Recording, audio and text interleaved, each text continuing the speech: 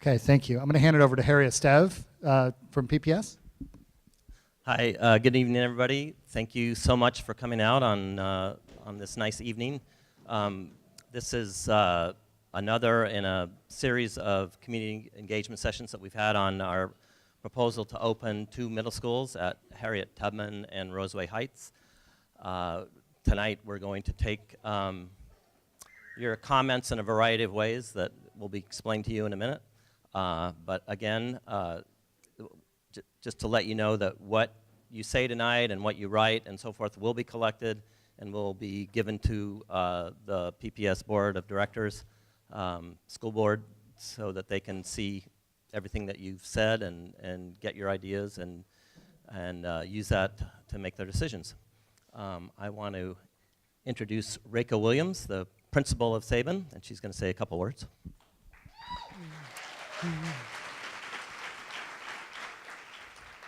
So just briefly, I wanted to welcome you to Sabin K-8 school.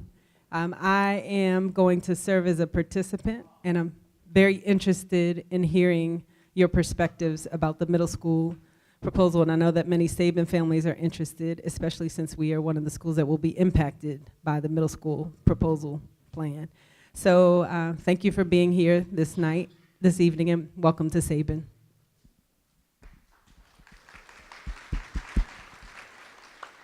I'm going to turn it back over to Matthew, who's going to talk about how the evening's going to run. Thanks, Harry. Somebody pointed out to me the agenda up here of jumping jacks, squats, skiers, and laps. I wish I could say that was the agenda, but it's not. We've got really fun stuff. So we are doing things a little bit differently at these meetings this week, and we did one of these on Monday at Madison High.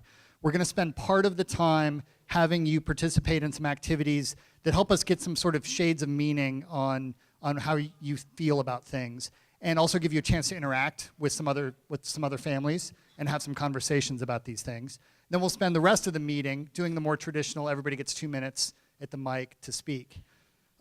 During that portion, I just want to warn you now, we're going to prioritize by this cluster mainly. We'll sprinkle in some others, but we are going to prioritize to make sure the people from this area get a chance to speak.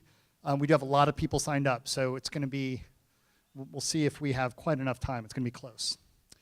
So I want to introduce what we're going to do first for a little while, and we're going to see how long that takes, and we'll switch over to the speaking part when it seems feasible. So we're just going to keep an eye on that. I'm not going to give you a time. This first part, there's 4 activities we'd like you to participate in. The first is, or you don't need to do them in order, but one of them is, or you can see around the room, there are these posters that have the proposed boundary changes for each school, along with all the statistics of where the school is now, where it would be projected to be after the change. These are arranged in alphabetical order from Access Academy to Vestal. So it goes around that way, it skips over back here. I do want to note there's little black and white photocopies stuck to the top. For some reason, the color copier didn't read the dark boundary line over the green. It's a bizarre, I don't know how it happened. But the black and white ones are more accurate, so look at those if you need to examine where the boundary change is proposed, or the current boundary rather. So that's one activity. We have Post-it notes and pens and dots on chairs arranged around the room by these, and we'd like you to write on a Post-it note your thoughts, stick it on there. If you see somebody else's Post-it note that you really like, grab one of those dots and give it a vote. So you can sort of participate 2 ways. You can write your own comments, or you can dot somebody else's comment. Just one dot per poster, please, per person. No stuffing the ballot box. So that's one thing that we'd like you to work on. Back in this corner, there's a big red question mark, and we're going to have PPS staff back there answering questions. So unfortunately, folks who are sitting at that table may need to relocate. But there are forms to fill out to ask a question. Some of those will be collected. You may get answers later via email, but they'll also be answering questions in person tonight. So that's an opportunity. If you've got a technical question about a boundary change, if there's something you just don't understand about the proposal, that's your chance to get it answered. And please, that's for questions, not for comments. There's plenty of other ways to give comments tonight, but we want to reserve that table for questions to make sure that the people who have questions can get them answered. That's part of the informational plan for tonight. The third activity is on this wall over here. We have these 4 big posters that have sort of a slider on them. There's polls of things on either end. And the way to think about this is when you're making a big change like this, there are some trade-offs that have to be made. You have to decide between different things.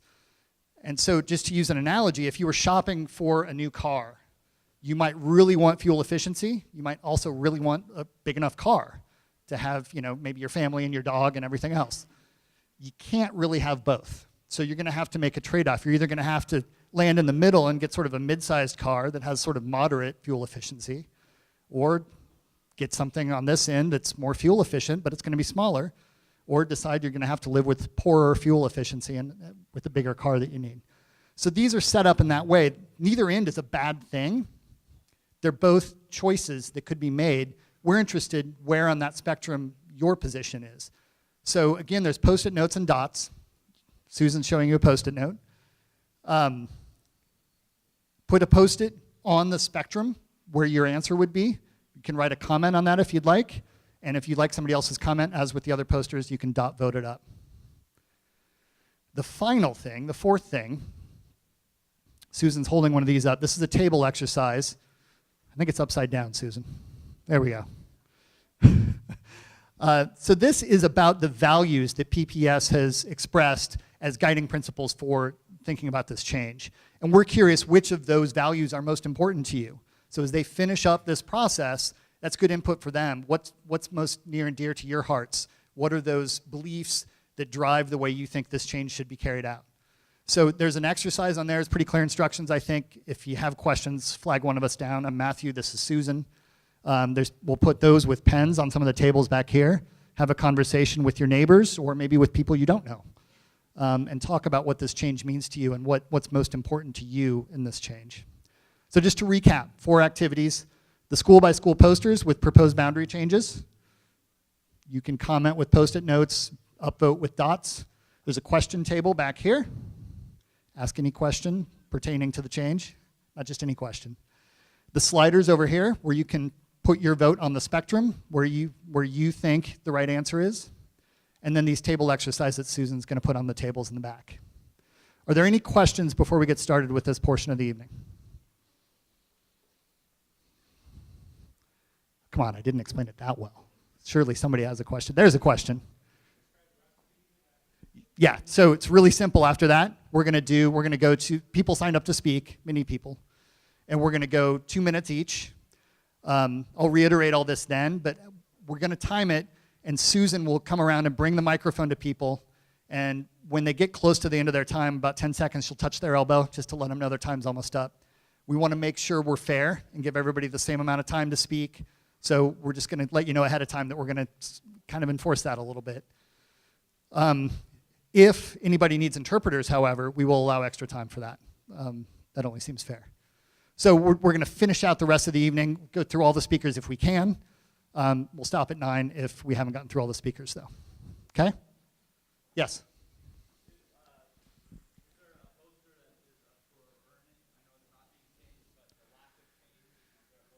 I don't believe there is a Vernon poster, but we can make one. Noted? Yeah. I thought I saw one more hand. Maybe somebody was waving. Oh, in the back. We're going to see how it goes. I don't want to set a time. We set a time the other night, and people were kind of done earlier, so I think we're just going to watch and see when it seems like people are wrapping up, and we'll call everybody together. I'm going to do this thing again. If you can hear me, raise your hand. So when you see hands start to go, I see people are doing it right now. The kids, they can't help themselves. So when you see hands going up, please quiet your conversations because it means we're making an announcement. Okay? Do you have a question?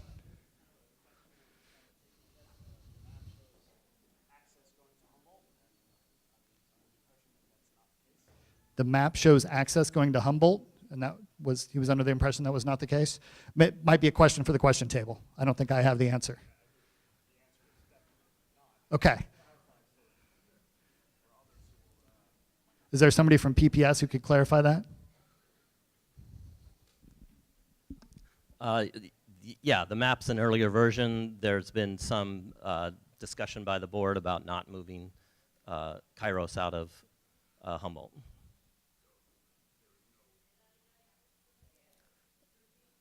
The map is an earlier one. Since it's been drawn, there's been some discussion by the board and by the staff of not moving Kairos out of Humboldt. Again, this is a proposal. Nothing's written in stone in it. That's why we're gathering public commentary. I also wanted to, sorry, while I have the mic, that we do have we have some members of the PPS board in attendance, and I hope you can raise your hands, identify yourself, well, just at least raise your hand so people know that there are board members here. One there, one there. And a reminder that we have childcare available. It's out those doors and down the hall. Please take advantage of it if you'd like. Okay, thanks, Harry. All right, one more question. Yeah.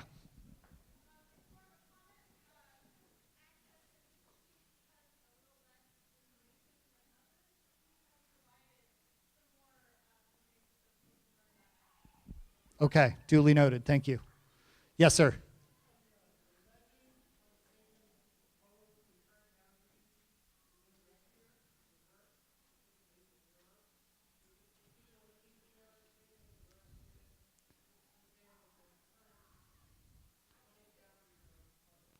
Okay, so for anybody who couldn't hear that, Sabin's boundaries, the legend is flipped. It's reversed on the, she's correcting it though. So there'll be a note there that should make it correct. Yes.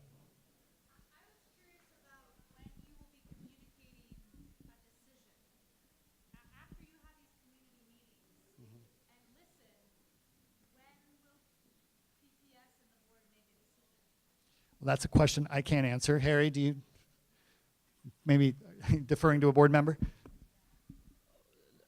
The way it's at least tentatively scheduled is there's going to be a board work session on this on October 16th and a potential vote on the 24th. Okay. So 4 activities. Please make your way around the room, grab Post-it notes, write notes, talk to your neighbors. There's going to be time for speaking at the end. No, we want to announce another get-together here, please. Collective, yeah, we want to be able to. So I don't know about this. we just want to announce that we're going to all gather here together, so. Hey. Go ahead.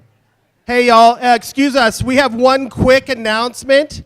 There are 4 schools here tonight who are scheduled to feed to Tubman.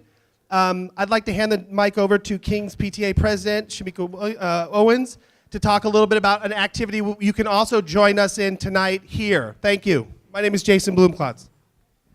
Hi. Some of you have been on an email stream that's been taking place in the last couple of weeks since the last stream of listening sessions that we had at 501 Dixon. For those of you who are interested, specifically those from the schools Boise, Elliott, Humboldt, Martin Luther King Jr., Sabin, and Irvington, we have had conversations, one, just that as a unit, as a collective community that's flowing into Tubman, we want to become a united front. So we started having some of those preliminary conversations. We're going to meet. We can pick a corner. Matter of fact, we can just meet right up here in the front. We can grab chairs and make that work however is best to build that community. We would inspire those who are flowing into Roseway Heights. I went there, Gregory Heights, to do the same. Because what we've discovered is when we are kind of set to be pit against one another, we're not as strong in having one request. So, thanks so much. Thank you.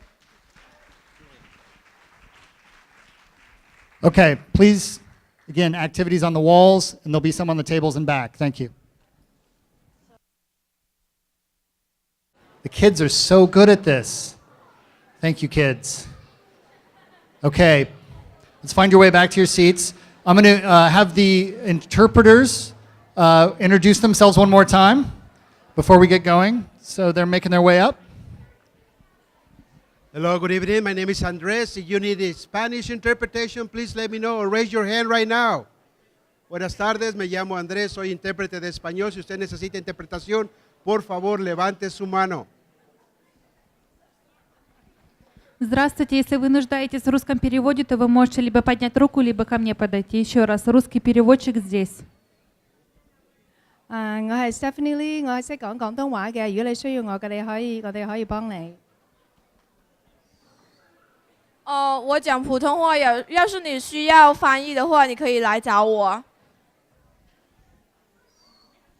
السلام عليكم ترجوان هدا وباهتيت انت جوجنا مقعيقا آمنة ليدها. Xin chào, có ai cần nói tiếng Việt không? Vui lòng giơ tay, có cần sự giúp đỡ trước khi tôi đi về. Cảm ơn. Okay, thank you. If anybody needs interpreters, please let them know right away. Okay, any hands for interpreters? Okay, thank you. Okay, a few things before we get started. Just a reminder, there is childcare back if you take the hallway out, and it's a room back there. If anybody wants to avail themselves of that, please do. There are a few slices of pizza left. I think it's just the vegetarian option. It's always the last one picked. It's the one I would pick, but it's the last one. So there's a few slices left if anybody wants some. We have had at least one more board member join us, so I'm going to ask board members to identify themselves again. Please raise your hands, board members. We've got several. Okay, 4 at least. Thank you for coming.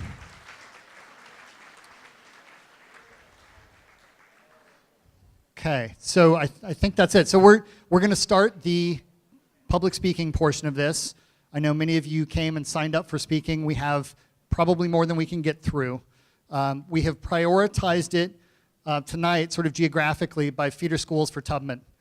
We had one at Madison on Monday that was at Madison High that was sort of prioritized for Roseway Heights. So we've organized these in that manner. We've alternated some schools, so we're trying to give all the schools a chance to talk, but we've prioritized it geographically. 2 minutes per person. Susan is going to run the mic around, so be patient with her, help her out, help her get the mic to the person who needs to talk. When I call your name, please raise your hand so Susan can find you. I'm going to keep track of time. When we get close to time, Susan's going to touch your elbow and just let you know your time's almost up. Please be respectful of your time limits. We've got a lot of people who want to talk tonight, so cut it short if you can. Okay, did I miss anything? All right, let's get going. Well, one last thing. We are going to end at 9 on time, so we'll get through as many speakers as we can, and then we'll end at 9 and let everybody go home. Okay, so we're going to start with Ronnie Boycourt. Yes, we've got a question.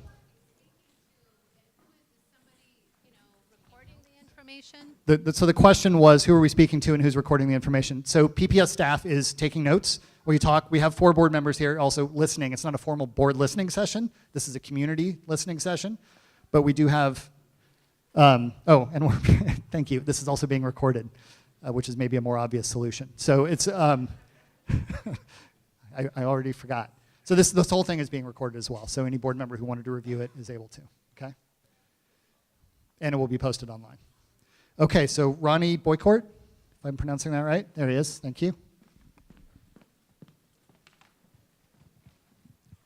Hi, I'm a Sabin parent, and I've had something that I've been thinking about a lot, and it's a question, or my theory is that I feel like PPS has a faulty premise, and everything that comes after it is problematic, and that's that the money follows the students and the teachers follow the money. And I think that's sounds equal, but not equitable, because then it now brings us to the point where we're just talking about right sizing instead of making sure that every school has all the same offerings, no matter which school. So I think it's a much bigger thing. I think that because they're following a faulty premise, in my opinion, that it's causing a lot more ripple effects of problems. The other thing that I just wanted to say quickly is that I would kind of like to hear what research has been done in regards to the rest of the country. We're not, we're not doing something that's unique. It's education. There's got to be things that we can learn from other arenas, and I'd actually like to hear what research has been done to inform what we're working on here. Thank you. And sir, if you want to get that question answered, you probably can fill out a form back at the question table, and you can get an email back on that, probably. Okay, next up is Debbie Gordon. Where are you, Debbie? I'm ceding my time to my PTA President, Shamika Owen, over here in the white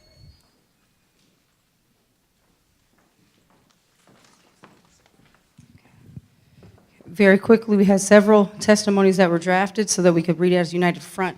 My name is Shamika Owens. I'm a parent at Martin Luther King Jr. School. Thank you for continuing to listen to the families who will be part of building towards the success of both Harriet Tubman Middle School and the elementary schools that will feed it. I had the privilege of speaking with our friends and extended family in the Sabin, Irvington, and Boise Elliott Humboldt communities over the course of the past few weeks. There is an authentic willingness to come together despite any and all perceived barriers. We are committed to cultivating a mutually respectful process as we build a truly collaborative, thriving middle school program and a community at Harriet Tubman. As families of all 4 feeder schools, we will cooperatively work to advocate for the supports, policies, and resources that Principal Butler and we, as a unified community, need in order to successfully accomplish this goal. We have had the honor of meeting and connecting with Ms. Natasha Butler, soon-to-be principal of our new middle school, and we look forward to rolling up our sleeves as we continue to come alongside to do the work and making the vision become a reality. As a community, we believe that the following are critical, mandatory, vital components that will lend to the vigorous academic achievement of all students in school. We expect experienced, dedicated teachers who have taught and excelled in middle school settings and are committed to the ongoing success of each and every student. We expect a school that is safe, provides a healthy learning environment, and a well-resourced and offers a full array of electives and other supports, including support staff that will equip, inspire, and empower all students to thrive both socially and academically. We expect a strong and experienced leadership capable of providing all students with a quality education through a culturally respectful, trauma-informed lens. We expect transparency and input through the budget, hiring, and curriculum planning processes. To be continued.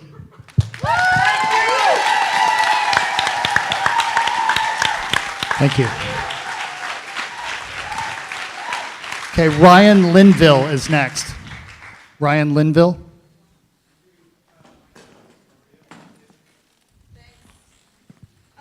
I'm going to go over the 2 minutes, but other people are going to concede time. It might be faster to just hear me instead of interrupting or making me go We've got an over order and of over, these, so but we're going to we'll do it see. 2 minutes at a time, please. So Thank you. I am in support of middle schools, and for the first time I can say I love my Sabin school, and we have a new administration and leader who has completely changed the dynamic here. And even though it is amazing, it also has its limitations. And we don't have a thriving middle school program in which we need. So a lot of families here really are pushing for that. And with that, we have things that we'd like to see, like teachers of color and leadership. Because all equitable baseline academic programming, like just the basis of what PPS puts out, requires it, even though there's no practice of implementing it. So students have the right to see themselves. Marginalized families have the right to be seen as professionals. White children have the right to have a whole different educational experience by seeing people of color in leadership positions and LGBTQIA professionals in leadership positions, and having really close, loving relationships with the people that work at their schools. Staff and administration ought to have the opportunity to be educated and dedicated to delivering some of the best practices that we are trying to implement here, but I know that PPS is trying to implement as well. Trauma-informed care, equity, positive discipline, RJ practices, and creating culturally relevant relationships with families and community members. We also want relevant curriculum for all PPS students, so strong dual language programs, culturally relevant programs that will teach the truth and include real lived histories in PPS to PPS students, a robust middle school programming, and I have 21 examples here that I'll put up instead of saying them all.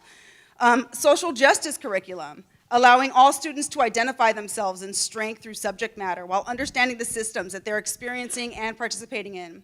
A vibrant LGBTQIA programming that allows our children to just begin to feel the sense of belonging to our public school system. IB programming that's inclusive of histories of color from a source of strength and not deficiencies. So I will continue later. Thank you.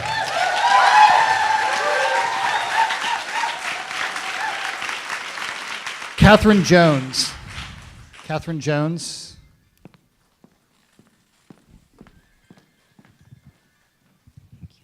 Hi, I'm a parent of a student at Martin Luther King Jr. Elementary and future Tubman student.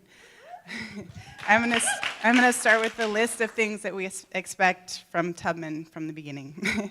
1, we expect experienced, dedicated teachers who have taught and excelled in middle school settings and are committed to the ongoing success of each and every student. 2, we expect a school that is safe, provides a healthy learning environment, is well-resourced, and offers a full array of electives and other supports, including support staff that will equip, inspire, and empower all students to thrive, both socially and academically. 3, we expect strong and experienced leadership capable of providing all students with a quality education through a culturally respectful, trauma-informed lens. 4, we expect transparency and input throughout the budget, hiring, and curriculum planning processes. 5, we expect the board to provide and fully fund an ongoing parent engagement process so that our 4 feeder schools can come together to cultivate a stable, authentically connected, vibrant, and flourishing middle school community. And I'd also like to welcome anyone who is redistricted into Martin Luther King Jr. Elementary. We welcome you with open arms. We'd love to see you next year. Thank you. Lisa Wright is up next. Hi, my name is Lisa Wright, and I participate in the equity parent group here at Sabin, and I'm new to Sabin and been very excited about the environment and the culture here. And I hope to see that continue at Humboldt. I'm going to continue the letter that Maria started. We must have diversity of parent participation in the creation and support of the Harriet Tubman Middle School. We must include LGBTQIA families of color, Black families, Latino families, Asian, economically disenfranchised families, families that need translation services, special ed, immigrant and refugee families, houseless, TAG, and more. We cannot allow marginalized and impacted families to be shut out of these spaces. Family engagement coordinator positions will be key to a successful middle school implementation process. PPS students and our families need strong support teams made up of counselors and school climate personnel for success.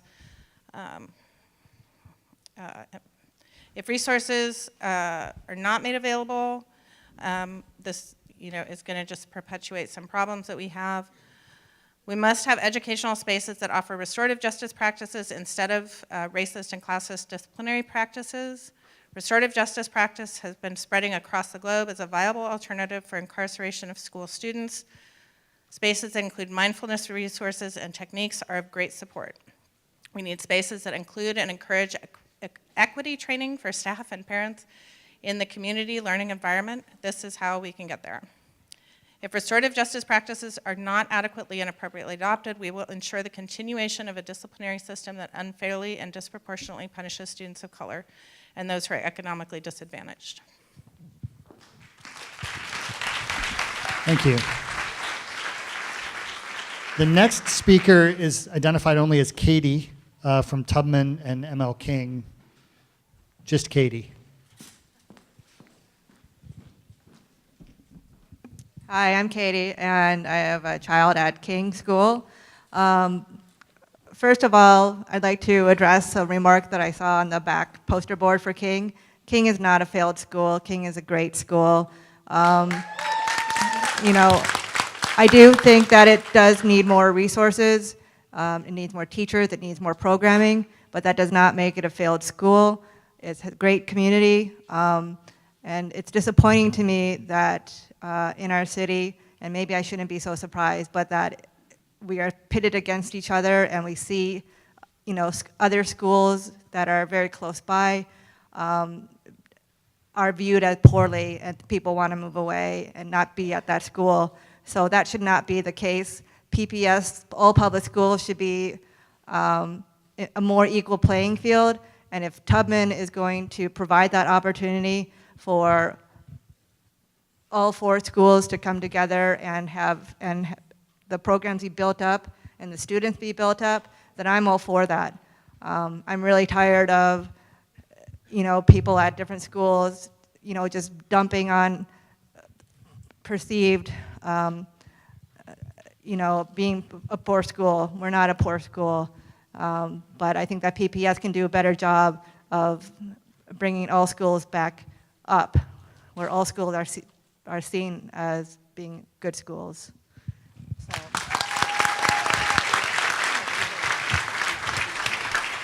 Thank you, Katie. Maria Cordero. So the other point was, thank you, monitoring process. So one of the things that I do have a problem with on the proposal is that last point of monitoring progress and measuring success within demographic parity between schools. That will be a difficult task if based upon the current proposal, which is some of the boundary conversation that people have. And I said it cannot happen if the above doesn't happen, all those things that we talked about earlier, because Portland has been divided between the haves and the have-nots. And there are no boundaries here where people of color haven't been pushed from our neighborhoods or our homes, and our children are not pawns for PPS, and our children are not diversity sprinkles to be placed in white schools for diversity's sake. And homogeneous populations may have to be good enough when we live in a place like Oregon, until Oregon changes and becomes more welcoming to families of color and to people of color. So I have a huge problem with that very last part that talks about parity and making sure that our schools are diverse and where is our children of color going. It's something that I fight in classrooms with teachers, with my own daughter. She ends up being like one out of 2 students of color in a classroom in a sea of whiteness, and she never gets to see herself reflected. There's no studies that show that that is a vibrant activity or way of raising children, and nobody raises their children in that way. So why do we do that and impose that on others? The other one is new models of compliancy are definitely needed for Harriet Tubman, and we have these tag services that I believe we could set up so that they no longer divide along race and class as it has continuously in Portland and in Oregon's history. And also to stop the funneling of children of color into special education classes based on racism, based on educators' biases and harmful curriculum that we have. Some of these are really explicit so that everybody knows, especially the board members, that we understand what we're looking at and what we're talking about. And we want to be really clear that it can't just be left up to how people feel. The history of Oregon doesn't work that way. And if marginalized voices aren't here, which they're not, right? And it means something, I know, I'm sorry. And it means something that when I stand here and that the things that we want, we don't see here. So we have to have a special meeting so that they feel welcomed. That's on all of us. That's just not on PPS. That's on everyone that shows up in this room. The way we welcome people, the way we treat them in our schools and in our communities. So let that not be Harriet Tubman.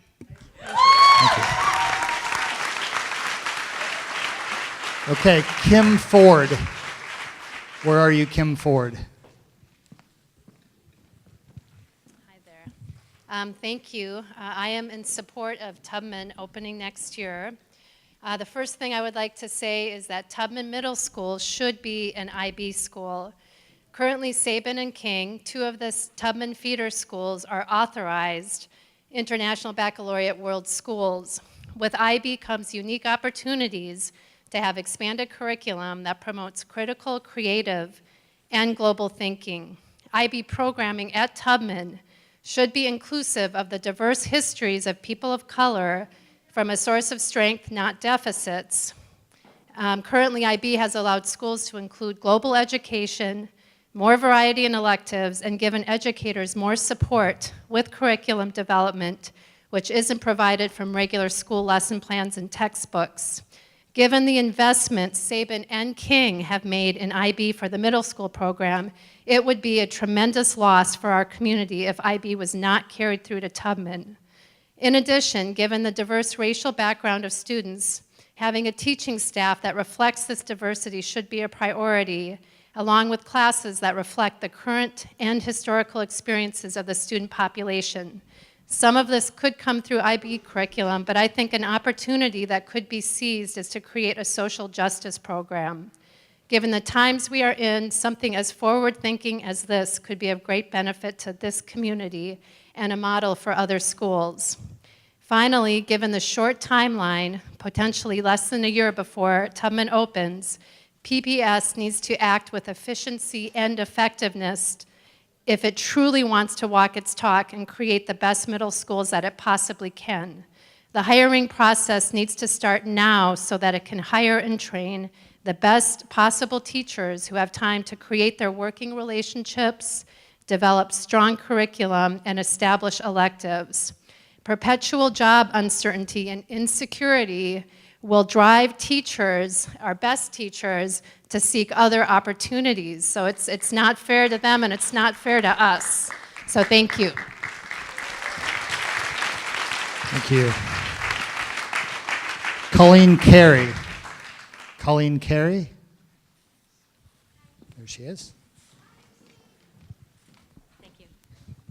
Hi, everybody. I'm Colleen. I'm a mom here at Sabin, and I'm here to say I support the middle school model, and I'm very excited to send my daughter to Tubman. And I think the excitement here is the fact that for the first time, and maybe the only time, we have a chance to start anew, and we have a chance to do it right from the beginning. And let me just say that one of the expected outcomes at Tubman is listed as create a racially and socioeconomically diverse educational setting. And I support that. I'd also like to hope that that could absolutely include a diverse setting in terms of learners of all abilities. And I will say, as the mother of a daughter who experiences disability, I have been very blessed to be here at Sabin because of the inclusion she has experienced in the setting here. But that inclusion has come at the expense of academics. And what I would like to ask for is that we make sure that in the creation of these middle schools that special education is not falling to the cracks, does not become a low priority, as it tends to be when there's a lot of change, right? And let me tell you, having just visited schools in Wisconsin and Illinois last week, I am more convinced than ever that in Portland Public Schools, we are not doing special education right.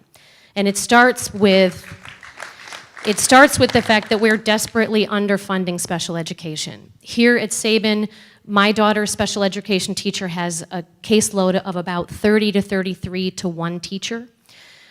We have a mechanism for staffing where a child like my daughter who requires full academic curriculum modification is weighted as 1 student in the same way that a student that just needs some additional reading support is weighted.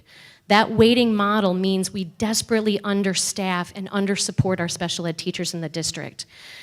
We've seen cuts this year to paraeducators and shifts and switches, and we've also seen cuts to the SWIFT program that Portland Public Schools was supposed to be a model for the state, including Sabin and Irvington.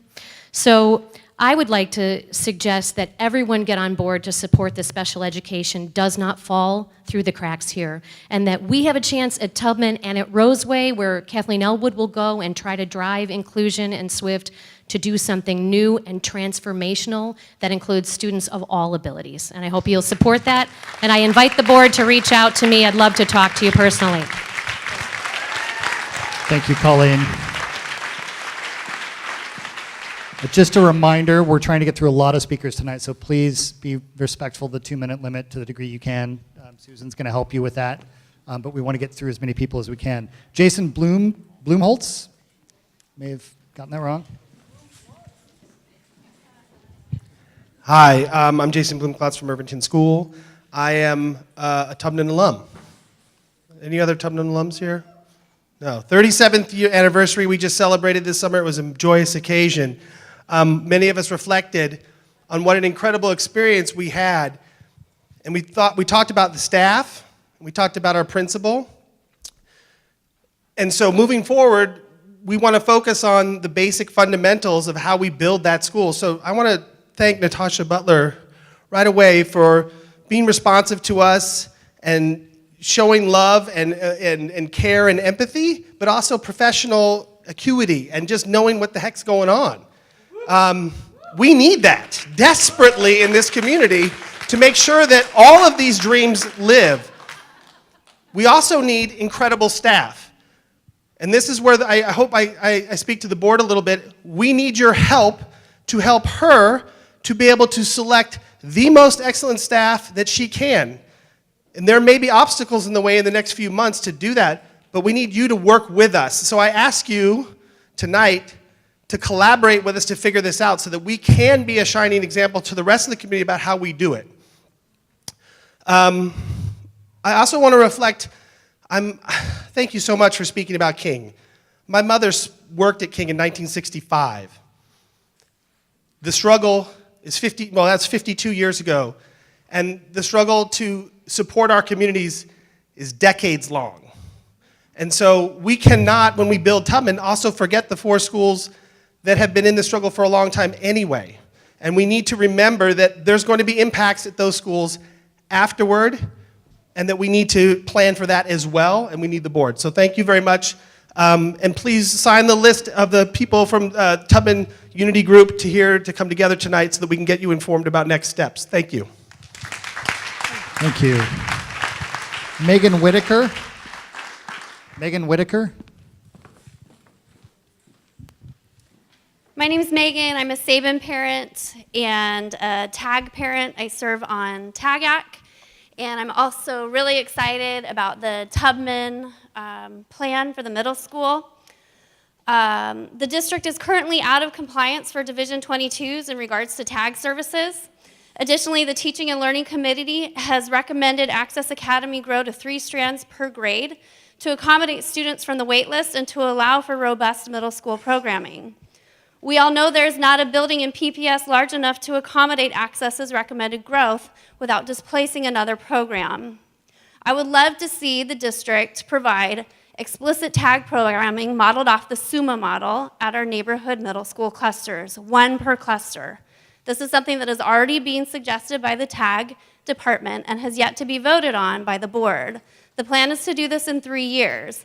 I don't understand why we wouldn't roll this out with our new middle schools.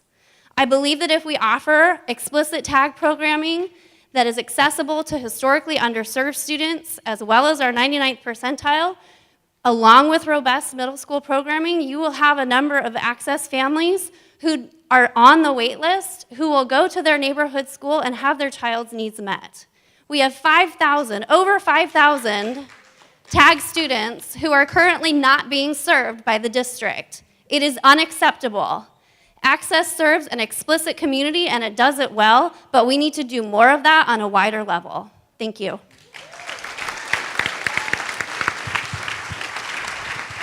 Thank you. Alex Stange.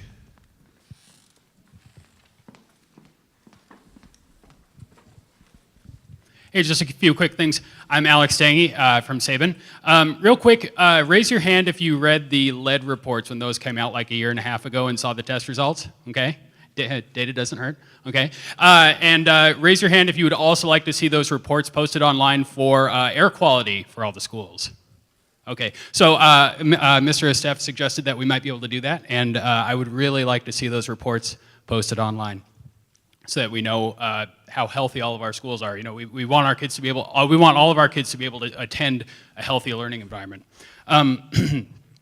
Let's see, the other thing that I just wanted to speak to, Maria and Megan and some of the other Sabin parents spoke about equity in things offered to students at different schools, and I wanted to say I was very fortunate in being able to attend Boise Elliott as a child, and have the experience of having teachers of color, administrators of color, and friends of color, and they're not just words. It actually is a valuable experience for kids to be in that environment. It's not just children of color, white children also. It's a valuable thing. So, you know, they're not just talking points. It's a real thing. Anyway, that's all I have to say. Thank you. Anna Simontel? Anna Simontel? Am I even close? Here we go. Thank you.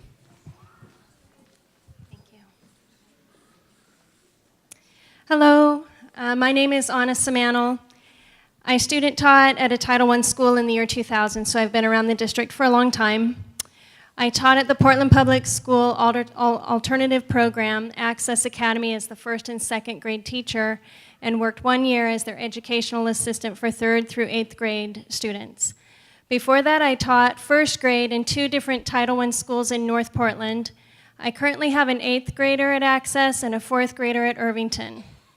My kids have shown me firsthand how sometimes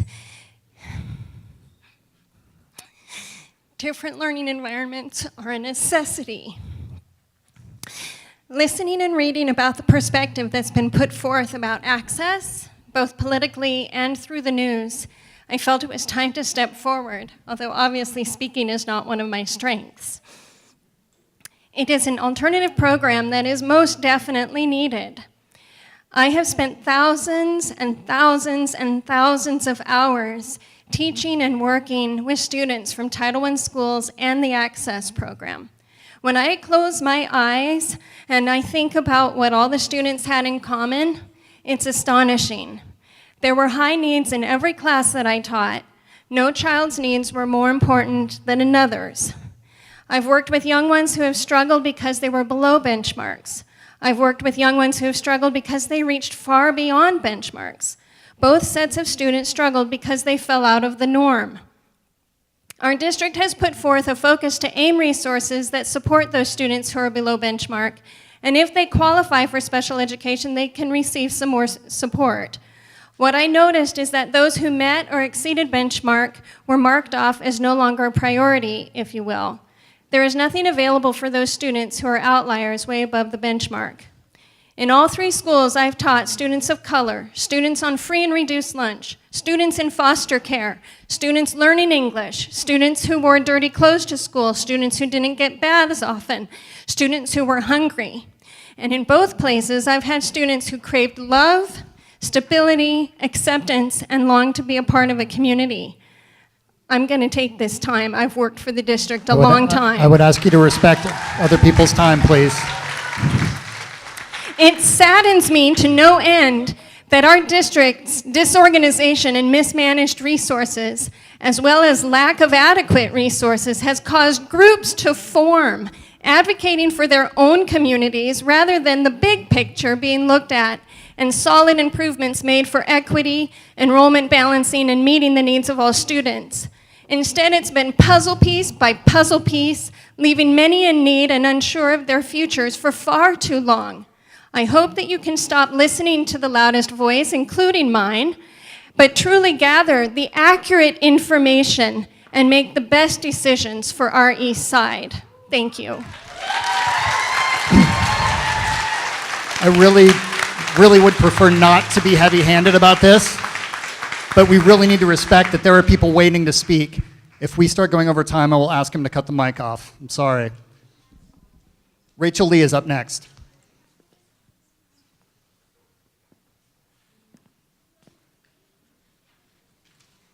You, Rachel? Great. Thank you. My name is Rachel Lee. I graduated from Beaumont High School. I have 4 kids in PPS. I've been a Sabin parent since 2009.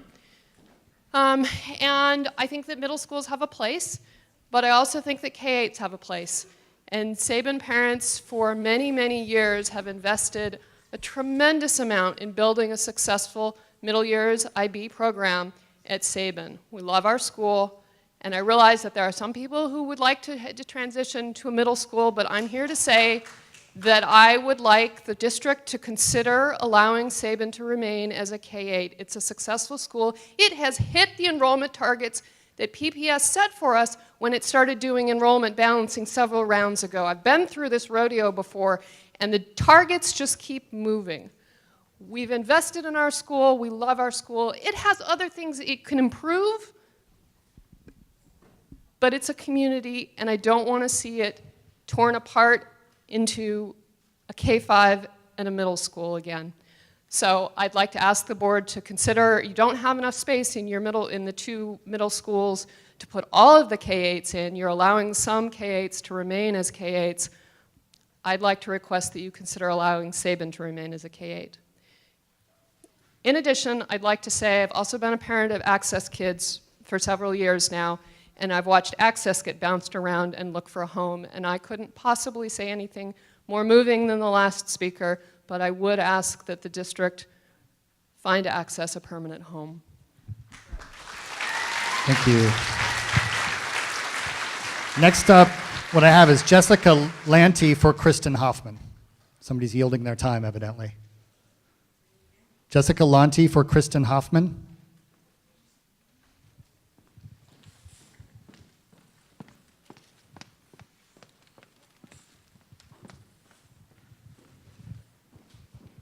Hi, my name is Jessica Lodi, but I'm actually reading for Kristen Hoffman. She's a PTA board member at Scott Elementary School, so I'm just going to read her letter.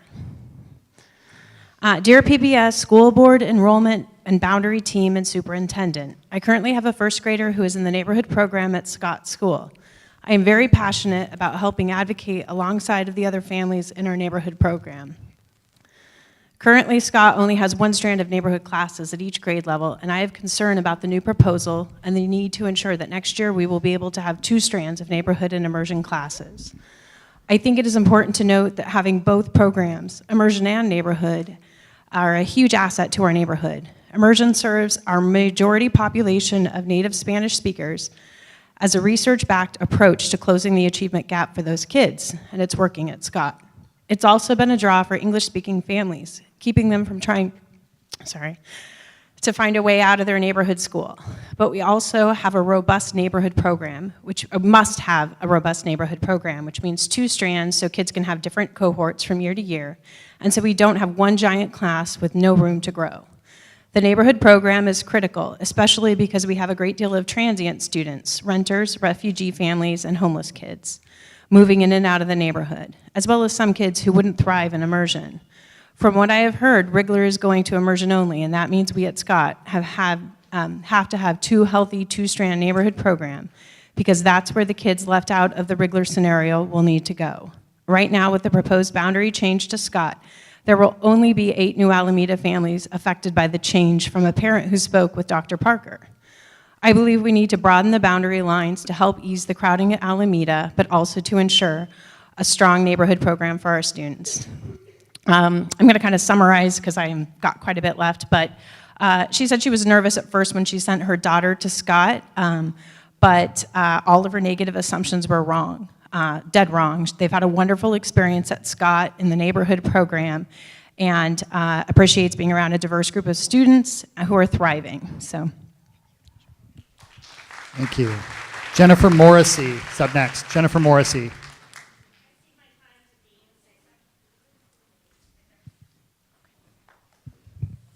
Hey there, everybody.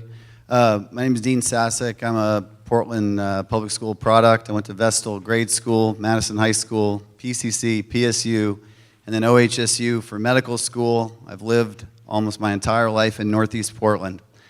And I want to talk to you today about some environmental concerns that I have about Tubman. In general, I'm for a middle school plan, but there's some environmental problems with Tubman being so near to a freeway.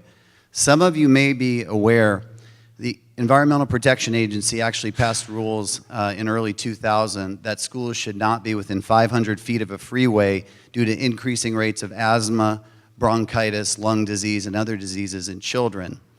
In addition to this, eventually California passed laws as well, also prohibiting schools, new schools, to be placed within 500 feet of freeways. I think some of you may know that, but it's also important to know the reason that happened was due to overwhelming research that children were being harmed so devastatingly by placing freeways near schools. This is what happened to Tubman, unfortunately. So then there was worldwide research, and eventually the American Lung Association produced a panel which reviewed 700 articles worldwide, and they also found the same thing, with that the high danger zone was about 500 feet to a freeway. Ultimately, the findings led to the EPA producing their recommendation that schools should not be placed there.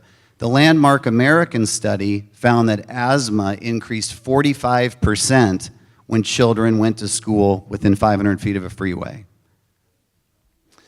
So the fact of this is overwhelming, and I think some of the important, more subtle features to understand is that it's not as though going to school, I'll just summarize, you know, it's not like you're perfectly safe if you go to school 501 feet of a freeway and you're in danger if you're at 499 feet. The problem is the closest you are and the higher the traffic, the bigger the danger, the bigger the bronchial risk pattern. Tubman is literally 50 feet from the most busy freeway in Portland. This is why it initially qualified to be in the danger zone, according to the EPA, and why it was studied initially.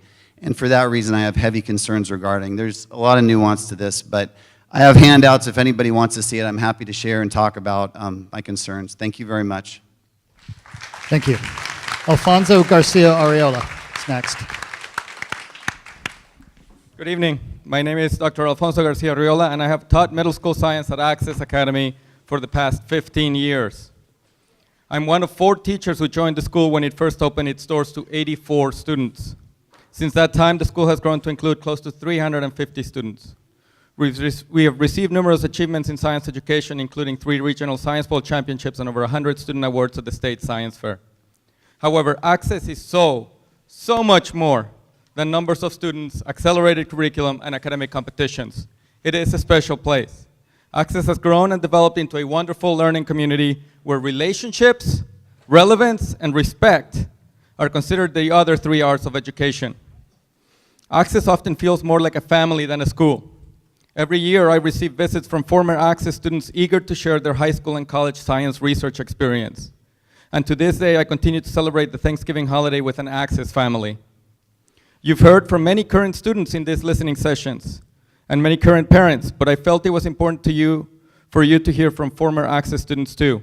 I gathered statements from alumni who are currently attending college or high school and have them here to give to you. What you will notice reading them is that while Access graduates are often grateful for their learning experience and the academic challenges that enhance their education, it is the sense of community and especially the sense of belonging that they see looking back as an integral aspect of their growth and development during these critical years. It is my hope that you will think of Access as much more than a school that offers accelerated curriculum, and you will find a place that will allow the Access community to thrive and develop in the way that it has these past 15 years. Thank you. Thank you. Amy Gervais. Amy Gervais is up next. Amy, is that you? Susan's coming with the mic right behind you. So it's actually really hard for me to get up here and speak because I recognize the needs that a lot of parents in this room feel that are similar to my own needs, but I'm scared.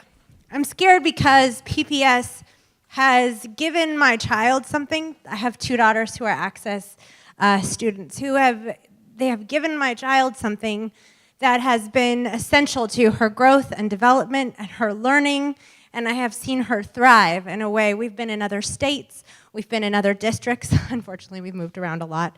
And this is the first time that her needs have been met. And I'm scared that PPS does not recognize the essential service that Access provides to students. I am a school counselor at a school at another K-8 school in PPS.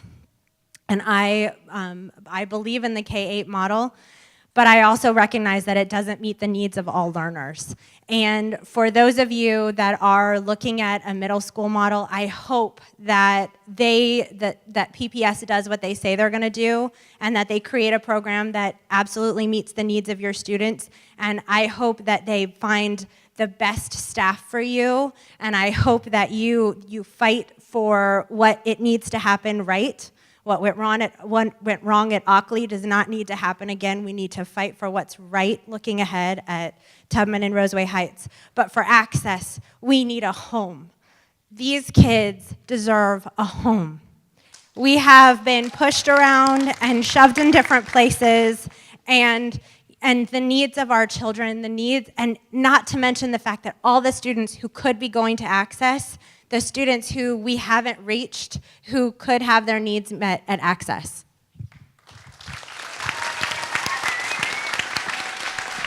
Thank you. Kara Farr. Kara Farr. Hi, thank you. I'm Kara, and I hope that through this process we all can come together stronger as a community. PPS is putting forth these changes to make schools more equitable. Yet it seems short-sighted that there are several schools that will remain K-8. And I wonder why these schools are chosen to continue to be victimized in this way. And when will those students receive the education that they also deserve? Thank you. Thank you. Matt E. Matt E.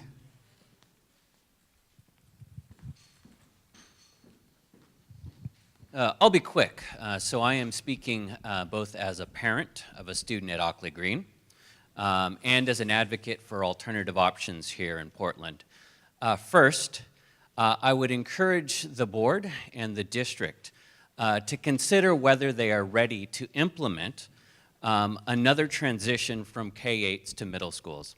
Our experience at Ockley Green has not been positive, and because of poor planning and uneven implementation, my child experienced a lost year at Ockley Green, and it is not looking much better this year. And as an advocate for alternative options here in Portland, I note the conspicuous absence of the Alliance High School campuses in this conversation. The Alliance High School campuses were taken out of the bond. Right now, our students, who are often the most marginalized and vulnerable students in our community, are now being served in the most marginalized schools in our community. Thank you. Now we have a student from Access, Kieran.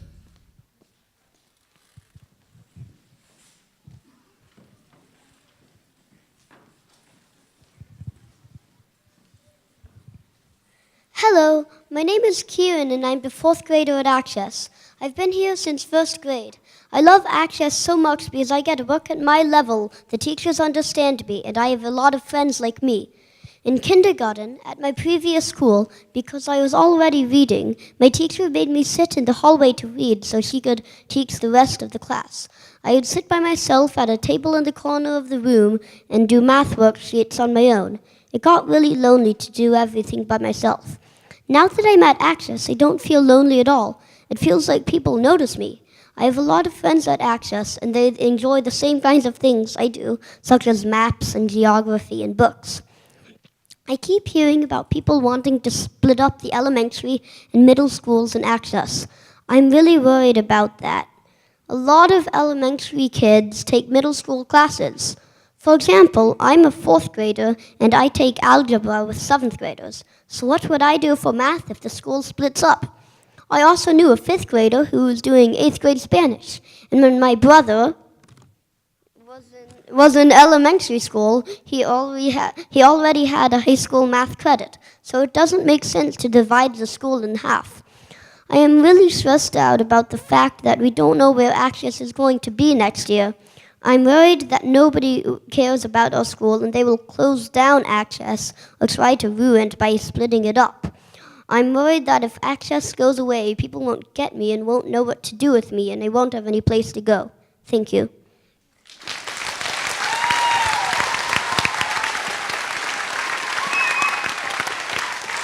Thank you. Allison Tarka. Allison Tarka.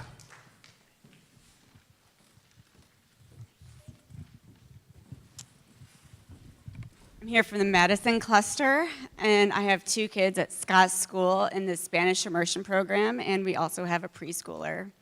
We moved to the Coley neighborhood in 2009, and we made an intentional decision to send our oldest daughter to Scott's School when a lot of people were transferring out of the neighborhood.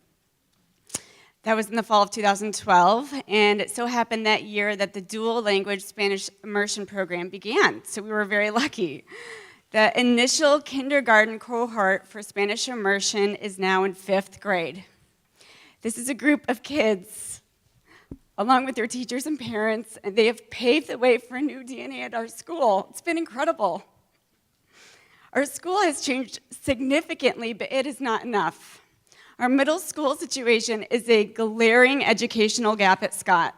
In the past, our electives have included classes like cafeteria help and office help. We have no lockers or locker room. Imagine kids carrying their backpacks literally all day and not being able to change into clothes for gym class. It's ridiculous.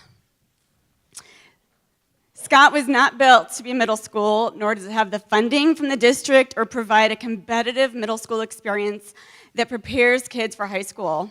There is no space for middle schoolers to thrive at Scott. We desperately need a middle school for the Madison cluster in fall 2018 that prepares kids for high school and has a robust course offering and appropriate building space. We have neither in most of our cluster.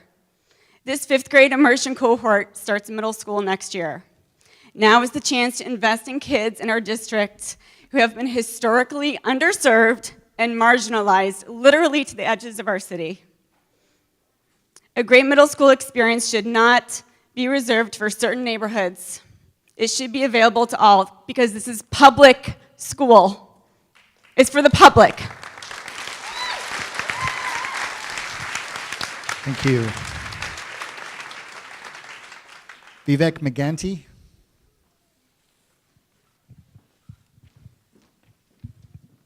Hi, I am the father of 2 daughters who are tag kids, so I have perspective of what access parents go through. One of my daughters did get into access, but we chose as parents to send our daughters to neighborhood schools because we strongly believed that the social networks that they form at that age will carry on for the rest of their life. I'm a long-term resident of Portland. I moved here in '93. I've lived in this neighborhood for probably much longer than a lot of the people here. And I care for the neighborhood school. And it seems sad that kids like mine will have to not be able to walk to school or go to school with their friends and be separated and be sent to other schools just because I'm an engineer. The problem here is certain schools are not able to attract and keep kids in those schools. Instead of fixing those problems, what is being done is that burden is being pushed to neighborhoods like ours, which have high catchment rates. We are professionals.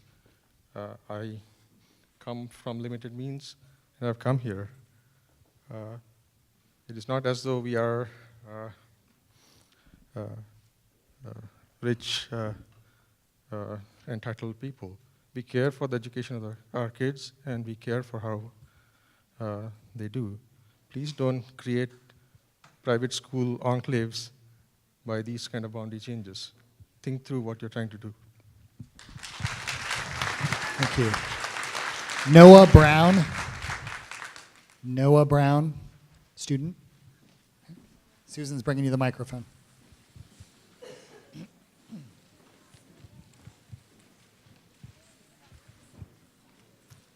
My name is Noah, and I'm a 4th grader in Access. I started Access when I was in 3rd grade. I had a difficult experience with my 1st and 2nd grade. I got in trouble a lot, and I felt like I was not really like other people. Teachers told me how smart I was, but I did not feel like that was a compliment. Why did I keep getting in trouble if I was so smart? I ended up reading books in the classroom while they were doing work because I already knew most of the things they were doing, and teachers gave me different work to do by myself. I missed a lot of fun time with friends there. I'm still the same person, so I get in trouble at times. I talk a lot, and it's hard for me to stop when the teacher asks me to stop talking. But I don't feel like I am alone in this anymore. I don't feel bad about myself at school anymore. I made a lot of friends, and they like the things I like. I am part of a class every day, and I am learning together with my friends.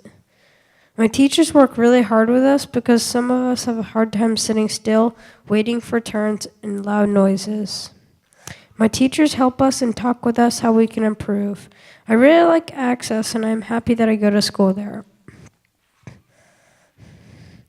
I've heard that Access may be facing a homeless situation in the future. That worries me. I hope people can find a way to keep everyone happy and keep Access together. I found out that there were many friends at Access felt the same way I felt before coming to Access, and they're happy now. We all may have high scores on tests, but we were not happy and did not feel good at school before. I hope everyone out there that needs Access can come to school with us and be happy. Thank you for listening. Thank you. Sophia Lannon.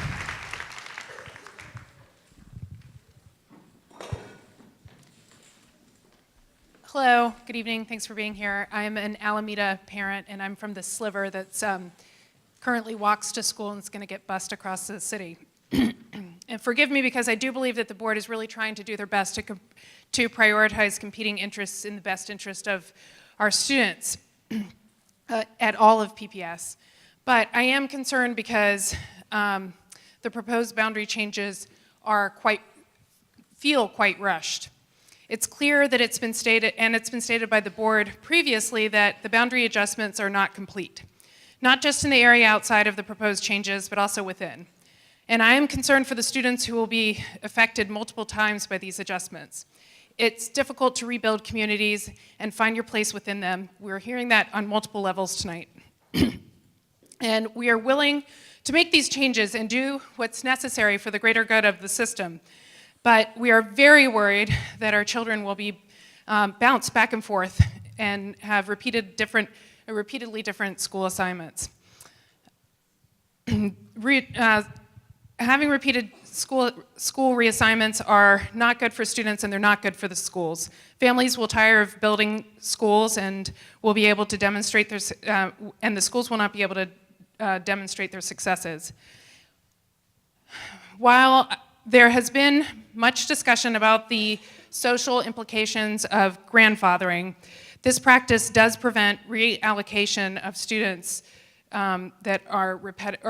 does prevent the repetitive reallocation of specific students that are targeted. It is also clear that the plan is not ready for implementation. It's not complete, and it does not adequately address the problems of eliminating K-8 schools, filling schools where they're needed, and opening space.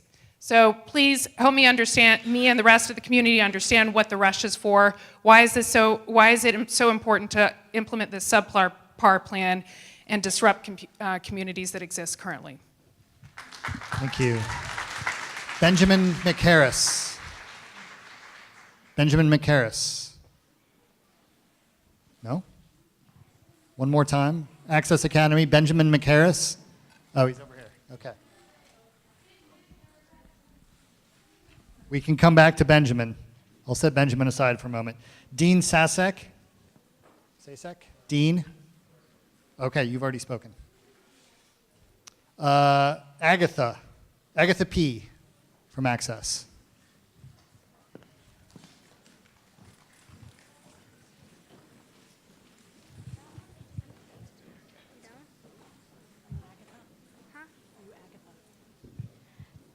Hello. I'm Agatha Pape, and I am a fourth grader at Access Academy. I've been there since third grade, and it is the best school I have ever went to.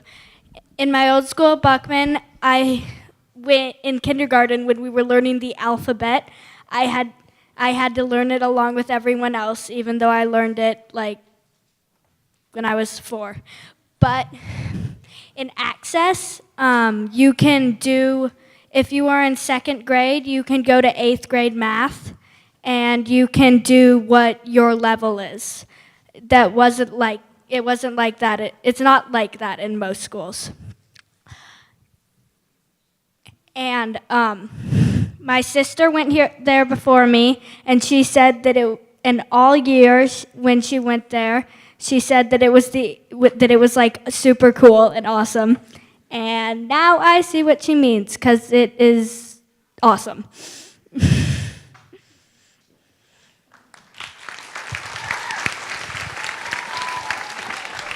Thank you, Agatha. Okay, next up, is Benjamin ready? You still want to wait? You ready to go? Okay. Benjamin McCarris. Hi. I'm a 7th grader at Access Academy, and I think it's important to have access to have a home because most of the school is in accelerated classes, and most schools don't provide education for our needs. And I'm in 10th grade math, so most schools can't really go above 8th grade math, and I'm done. All right, thank you, Benjamin. Ron Werner. Ron Werner.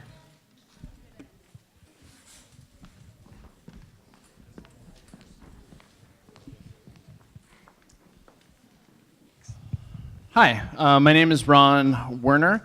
I am the proud dad of a first grader in the Spanish immersion program at Harvey Scott Elementary, and we, along with my daughter, think it's really cool and awesome too.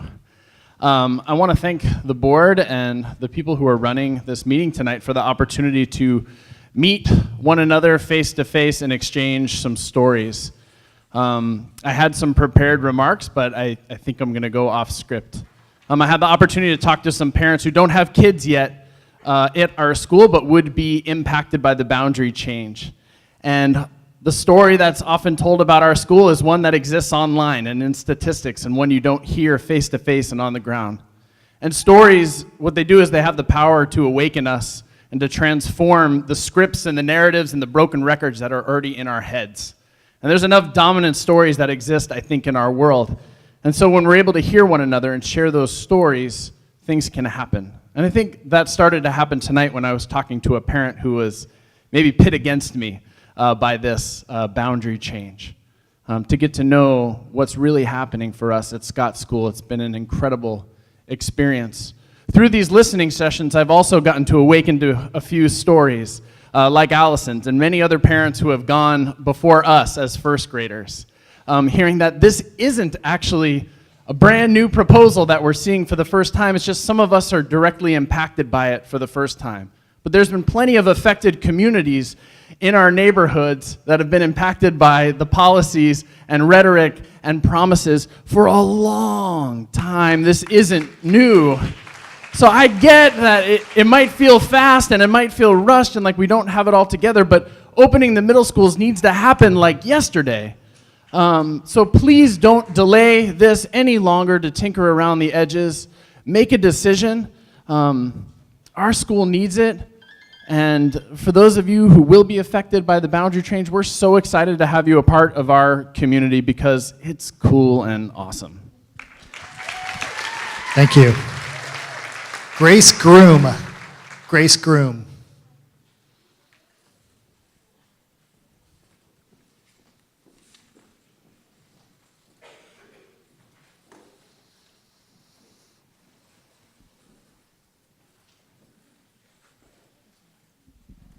Hi, I'm Grace Groom. I proudly serve at 2 PPS schools as an educator, currently at Martin Luther King Jr. School and Peninsula School. I've served at Roseway Heights, and I have 2 children right now at Access Academy. One of them is getting brave to, she sat here and wrote a speech, and she's going to jump in a second, I think. I just want to say a few things about what we all want for all of our kids: safety, the opportunity to learn, and to be a part of a community. And I think everybody in Portland wants that for their kids, and I think all members of the school board want that for all of the students, and I think this is a really complex problem. I think that we have a lot of really smart people working on it, and people coming out to share what they care about their kids is only going to help us get there further. I don't like feeling like people are against each other. I don't like the barbells over here that we're seeing. Rip off the Band-Aid, go slow. We need to think outside our boundary box. Really outside our boundary box. We need to do it for all of our kids. It's not okay that students at MLK for the past 10 years have had cohorts of 20 kids in metropolitan Portland. I grew up in rural Alaska. I graduated class of 28. That makes sense there. It doesn't make sense in metropolitan Portland. And the same thing for students at Access. If they get broken up and a pocket here and a pocket here and a pocket there, they're not going to be able to feel safe at school. They're not going to be able to feel like they belong or that they can learn. So please think about those three things and how you can get it going for all of our kids. Are you brave now? Thank you. David Cady is up next. David. Hello. Thank you for the opportunity to speak to you tonight. I feel like my voice hasn't been heard, and I'm appreciative of this opportunity. First, although I'm not African American, and I did not grow up here to understand the complex context related to the unequitable treatment of African Americans and people of color in this city, my perspective comes from a biracial family where part of my family is a family of color. My grandparents came to this country from the Philippines, and for opportunity where my grandfather ended up being an indentured servant in the sugarcane fields in Hawaii. My father, while studying in the South, learned where his place was in American society and was forced to drink from the colored drinking fountains and go to the colored bathrooms. I too faced the sting of racism and growing up in the skinhead capital of this country, and feared for my life when I would go to junior high school and high school because I was seen as different and not white. My two kids, especially my 6-year-old daughter, identifies as a person of color. The reason why I bring these things up is to tell a story around this characterization of people in the Alameda neighborhood as being disconnected, entitled, and racist. It doesn't help anything. It serves no one, and propagating these stereotypes only serves to divide and distract us from the common goal of making the public school system here the facilitator of the best education system for all kids. I feel like the process that's been implemented here to create the proposal has been a unilateral one, which has pitted communities against each other. Thus, no matter what decision is made, these communities will be left dissatisfied, disillusioned, and slighted. So to conclude, unfortunately I missed my other points here, I'm in favor of transitioning to middle schools for all, and for the better integration of all communities in middle and high school years, but the current proposal is incomplete, not comprehensive, reactive, not visionary, and divisive and not cohesive. Therefore, keep Kairos at Humboldt, find a permanent home for access, and open the middle schools, finding a safer, healthier, and more central location for Tubman catchment. But let's hold off on the boundary changes until we have a comprehensive, visionary, cohesive plan for the entire North and Northeast region. Thank you for your time. Thank you. Nicole Eros. Hi, my name is Nicole Eros-Alardo, and I have a kindergartner at Scott, and I've been part of the Scott community for a long time, and we are waiting and excited for Roseway Heights to open.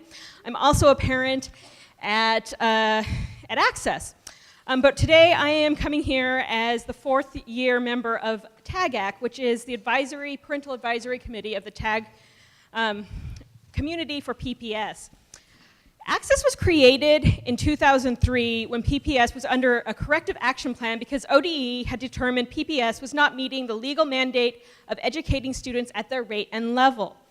Access was created to address academic, social, and emotional needs of students who were completely isolated in their neighborhood schools because their rate and level was 2 to 5 years ahead of their peers.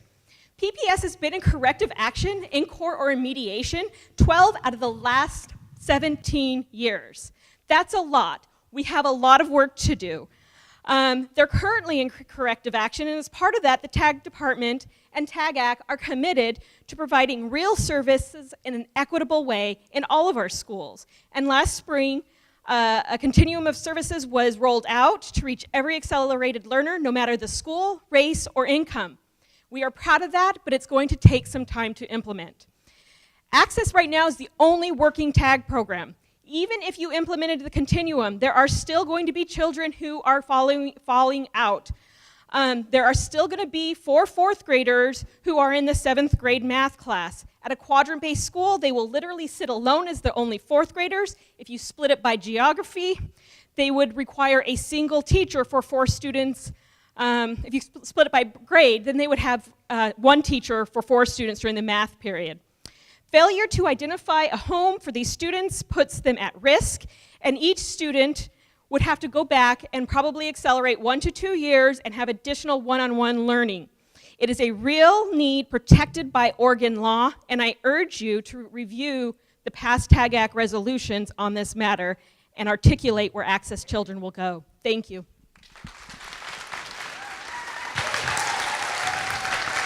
Thank you. Jeremiah Wilgus. Over here.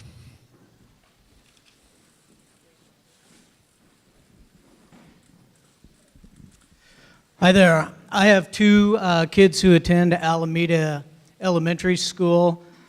I've read all 46 pages of the document, as well as hundreds of pages of accompanying information that were supplied by PPS. I have some problems with this plan. It does nothing to address the true causes behind under-enrollment and low catchment at several schools across the metro area. All it does is pay lip service to the goal of equity. There is no accompanying document which outlines the district's plan to adequately support schools in historically underserved areas. In the last few years of squabbling over school boundaries, has the district done anything to proactively address the fundamental inequities between schools within the district? Or have they just dangled the carrot of boundary changes like it's going to be some sort of magic potion that's going to cure all our ills? I've heard about ripping the Band-Aid off, and I think a Band-Aid is an appropriate metaphor for this proposal, because all we're doing is it just slaps another Band-Aid on a festering wound. Sure, we'll open up the middle schools, and that should happen, whether or not the boundary changes go forward. But this plan is not a comprehensive step towards our common goal of the best education for all of our kids. It's not good enough, and it needs to be fixed. Thank you. Abigail Gervais.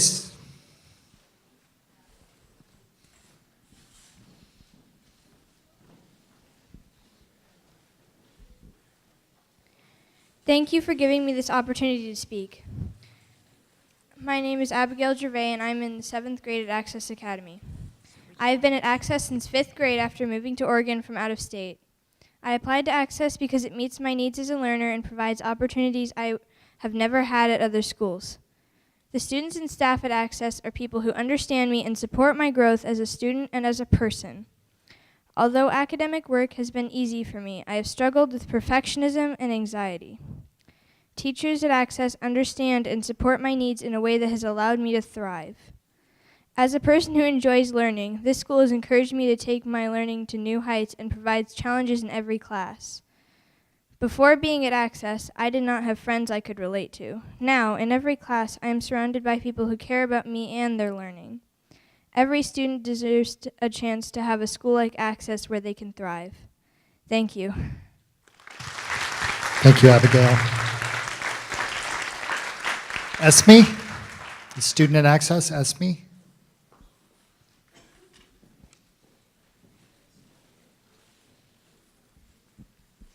Hi, I am Esme Pape, and I am in 5th grade. I have been going to Access for 3 years. I I really like my school because I get to meet people on all different levels from all different parts of the city. In my previous school, kids used to copy off my paper when we took tests. I had to help the teacher all the time. At Access, instead of me teaching the other kids, they teach me. At Access, we all learn from each other, and we share new ideas with each other. Access is a community now. We've grown over time, and now if you split us up, it's just not going to work. We have a lot of kids who go to higher grades in math and other academics like social studies or different languages. And so if you split up the elementary school and the middle school, some kids are not going to get a chance to learn at their level. Thank you. Thank you. Heather Kent is next. Heather Kent.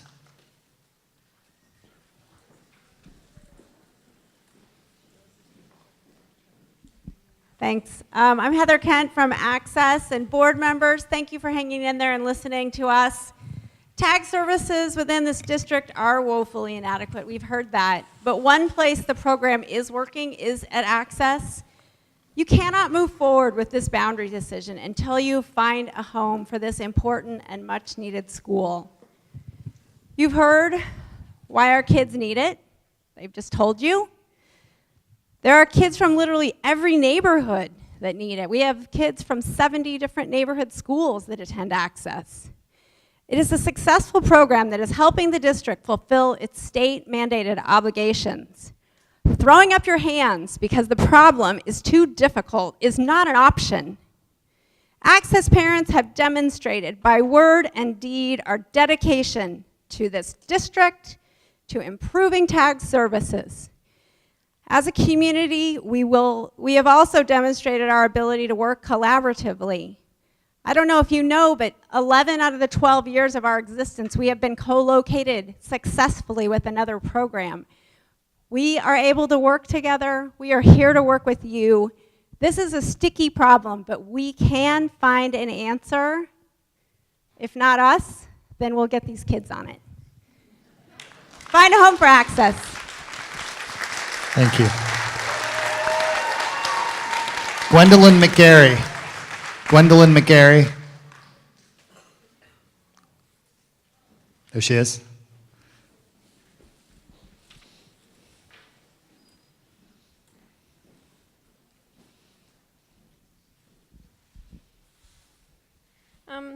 Hi, I'm Gwendolyn. I'm a sixth grader at Access Academy. I transferred here. I transferred to Access in the third grade. I really love the community that we have at Access, and since I moved into the school program, I think I've done some of my best work. I really love my friends and classmates. They're from all around the city with lots of different life experiences, so I can learn all kinds of new things from them as well. I really enjoy the atmosphere of learning, through the whole school. When I was in 4th and 5th grade, I was able to take classes with the 6th and 7th graders, and when we were learning the same things, but I could always have recess and other classes with my same grade classmates. I know you're considering splitting the school into separate elementary and middle schools, but I really hope this doesn't happen because it wouldn't let us mix like this, and I have a lot of friends in the elementary school. I want to stay with the people I've been learning with for the past few years. This is especially important for us since we all need the type of education that only Access can provide, and also because we all come from different parts of town. I even have hopes we can all have the opportunity to go to the same high school together. That would be super great. And I feel nervous because we don't have a permanent location for a school. I love going to school at Rose City Park. I really love playing in the garden. But last year I remember everyone talking about how they could move us, and I'm hearing this again. I really hope we can have a permanent home where we can all fit together and keep learning the way we are. I think this is a really good program. I feel that I'm doing very good work where I am, and I see my friends excited to learn all the time. Different kids have different abilities and different needs, and Access gives us what we need. Please don't break us up. Please give us a school building we can stay in. This summer, I couldn't wait to come back to school. I really like staying at home, but I love being at school. I wish that Access can find a permanent home.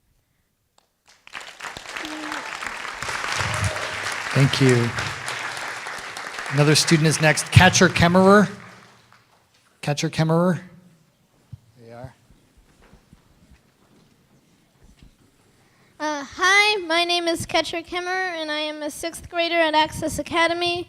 From the bottom of my heart, I thank PPS for the creation of Access 16 years ago. I cannot imagine my school life without it. My eyes tear up whenever I think about the possibility of life without Access. I want to share a story. Last summer at PDX Young Writers Camp, I spent much quality time speaking with a college student, someone I now call a friend. We talked about influences, and I brought up James Baldwin as an inspiration. She noted that she didn't read Baldwin until she took AP classes in high school.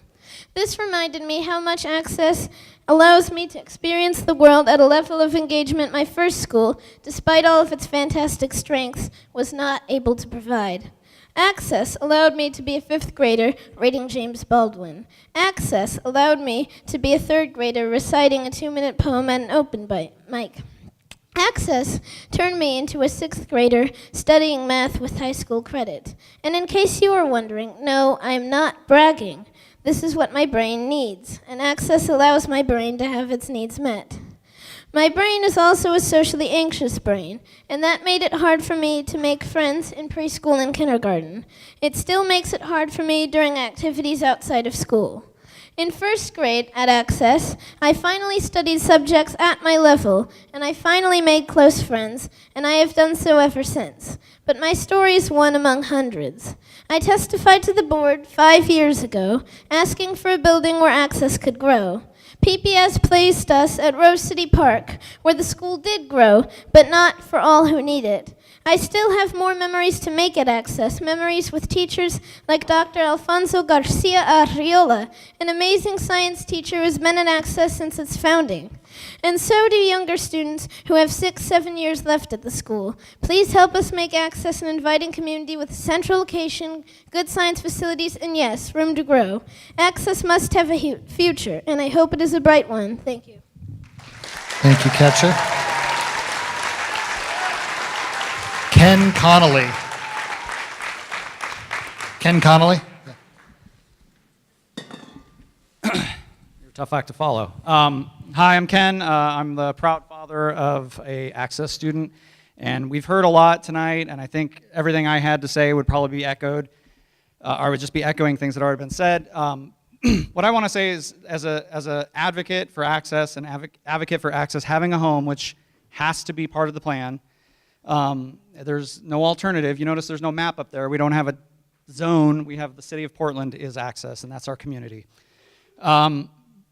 People advocating for one thing are not advocating against another in an environment like this. We all want what's best for our kids. We all want what's best for education. And I think the only way to solve that beyond this particular situation, which seems to be the same particular situation that we always end up in, which makes it not particular but the norm, is that we need a long-range plan. We don't need a solution. Somebody over here referenced a Band-Aid. We don't need to fix the little problem here and the little problem there. We need to know going forward for years to come. I'm talking like 10, 15 years. What is this school going to look like, or what is this school system going to look like in 15 years? We don't want to come to some conclusion here and then figure this all out again 2 years from now, 3 years from now, 5 years from now. We need a long-term, lasting solution that's flexible, that understands the needs of all the different kinds of kids in this system, whether they're special needs, whether they're advanced, whether they're struggling from social issues, whatever it is. We need to have broad-reaching, large, big thoughts solutions to these things. We need an executive plan that goes forward beyond the Band-Aids that we're trying to put on everything today. That's all I got. Thank you. Lily Stewart. Lily? Hi, my name is Lily, and I'm an 8th grader at Access Academy. Before I came to Access, getting out of the door every morning was a struggle. I would enter a classroom each day where my eyes would glaze over at coloring sheets and math puzzles that were simply meant to condition my mind for busy work. But when I was this bored, becoming anxious and hyper-alert was a quick jump, and I ended up spending most of my day worrying instead of learning. When I came to Access, all of that changed. I was gleeful to go to school, where I could focus and truly be part of a community of peers. This is my 5th year at Access, which to me means that I have had the opportunity to be part of a family, not only academic but personal. And I believe very strongly that this opportunity should be available to more students rather than fewer in the coming years.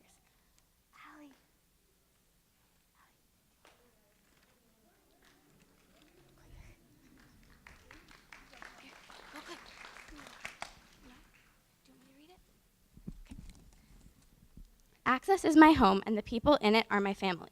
I speak for my Access Academy. People may not think that an 8-year-old should do so, but I think that any person of my age can speak for their school. If people just sit around, nothing is going to change or do anything different. Access is not my neighborhood school, but I love it, just the same. Roseway Heights is my neighborhood school. I went there for kindergarten speaking Vietnamese. Roseway Heights is a great school too. They are the only schools I've been to, but I have a lot to go. After all, I'm in 2nd grade. Run for the Arts is great. PE, tech, library, and music is great. Everything about Access is great. But let me say this. Access should not be split up.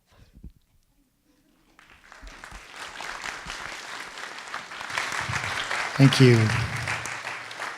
Sophia Gabriel. Sophia?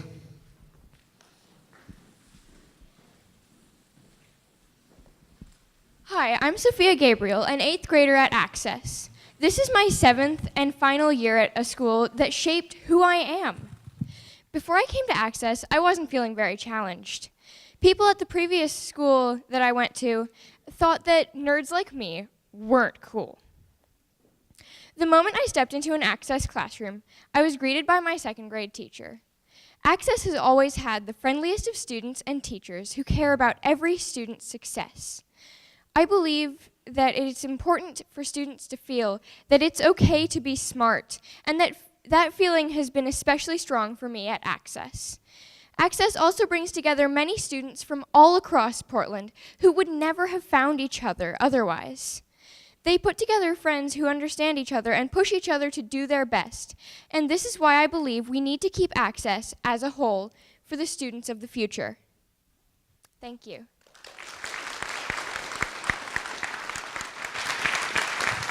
Thank you. Okay, by my clock, it is 1:00, so we're out of time for any more speakers. I do have a few announcements to make before we break for the night. First, thank you to all the students who were so brave to speak.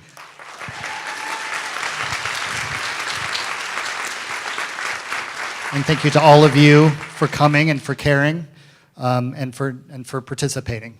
We're really grateful for that. Online stuff. So there's an email address you can share if you didn't get a chance to speak tonight. There's still a few speaker sheets we didn't get to. You can share your thoughts via email. So that's middleschools@pps.net. Middleschools, all one word, at pps.net. There's also a web page. Many of you have probably already seen it, but it's pps.net/middleschools. All the information about this process is available there. I want to remind people, if you have children in childcare, please do not abandon them.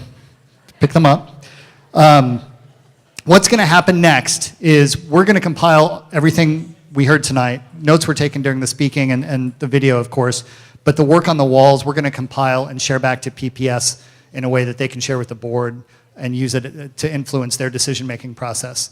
There are board meetings coming up on the 16th and 24th of October where some decisions about this process may be made, so be aware of that. And I think that's it. Thank you very much for coming out tonight. Thank you for staying on, and thank you for participating.